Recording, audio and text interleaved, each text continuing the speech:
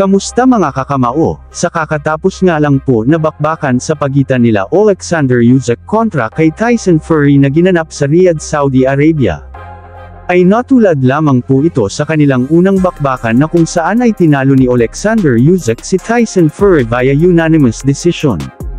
Sa scorecard ng mga hurado na 116-112 na pumabor kay Alexander Usyk sa kanilang rematch, dahil sa pagkapanalo ni Alexander Usyk ay umangat na ang kartada nito sa 23 wins na may 15 knockouts at walang talo.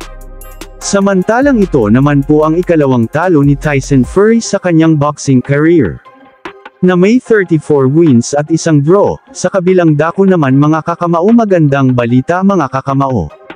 Dahil sa kagabi ay dalawang Pinoy ang nanalo kontra sa mga Thai fighter, ito po ay sina Reggie Suganov na nanalo sa main event ay tinalo ang knockout artist ng Thailand sa round 3 na si Nathan Tanghai, na kung saan ay 5 beses pinabagsag ito ni Suganov, samantalang si Raymart Tagakanaw ay nanalo din po via 8-round technical knockout ang Thai fighter na si Phai Fereb at nasungkit ang WBA Asia Super Flyweight title, kaya congratulations mga kababayan.